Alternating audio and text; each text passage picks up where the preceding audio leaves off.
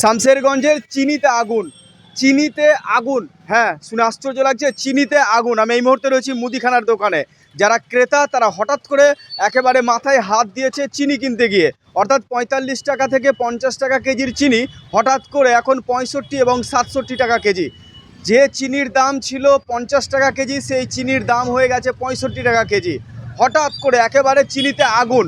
এই মুহূর্তে আমি রয়েছি বড় এক্সক্লুসিভ খবর নিয়ে। একেবারে চিনিতে আগুন শামশেরগঞ্জে। যে চিনির দাম একেবারে ৫০ টাকা ছিল, সেই চিনির দাম হয়েছে ৬৫ টাকা এবং মোটা চিনি ৬৭ টাকা। বিস্তারিত আমরা শুনবো যারা ক্রেতা এবং বিক্রেতা তাদের মুখ থেকে। সঙ্গে থাকুন। এই মুহূর্তে বড় খবর, হঠাৎ করে চিনির দাম এক লাফে কেজি প্রতি ১৫ টাকা বৃদ্ধি। মাথায় হাত শ্রমজীবী মানুষ ও মধ্যবিত্তের। শামশেরগঞ্জের বিভিন্ন এলাকায় চিনির দাম ৬৫ থেকে ৭০ টাকা। আপনার এলাকায় কত টাকা বাড়লো কমেন্ট করে জানান। ভালো লাগে না, চিনি ৬৫ টাকা কেনে হবে? চিনি সস্তা হওয়া উচিত। আমাদের চিনি কিনতে গিয়ে মাথায় হাত দিতে হয়েছে। এত রেট আমি চিনি কিনবো কি করে? আমি তো কাঁকুড়িয়ে মরি আছি, সাতঘরিয়া থেকে এসেছি। ৬৫ টাকা কিলো। কত ছিল আগে? আগে ছিল তোমার ৫০ টাকা ছিল। ৫০ টাকা, হ্যাঁ। ৬৫ মানে ১৫ টাকা কেজি। ১৫ টাকা কেজিতে বেড়েছে। কোথায় এটা? এটা কাঁকুড়িয়া মোড়। আর চিনি দু রকম আছে, মোটা আর মিহি। আর তাই তো? ওটা আর একটু বেশি দাম, ৬৭ টাকা। ওটা মোটাটা আরো বেশি আর একটু বেশি। আর এটা ৬৫। এটা ৬৫। ঠিক আছে। আমি এখনই দোকান থেকে চিনি কিনে নিয়ে এলাম ৬৫ আর ৬৬। মানে দু রকম, একটা মোটা একটা মিহি।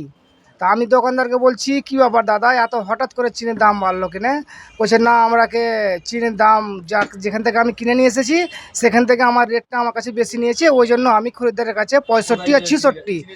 আমি চিনিটা কিনলাম কাশিমের হাটে মুদিখানার দোকানে, কাকুড়িয়া মোড়।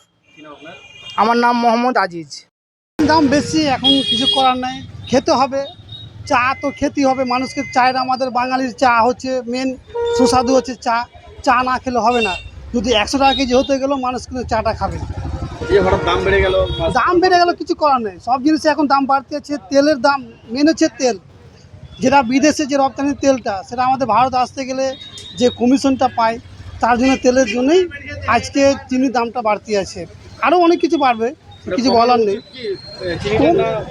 কমানো উচিত, কিন্তু এখন সরকার যদি কিছু না পদক্ষেপ নেয় তাহলে কিছু করার নেই।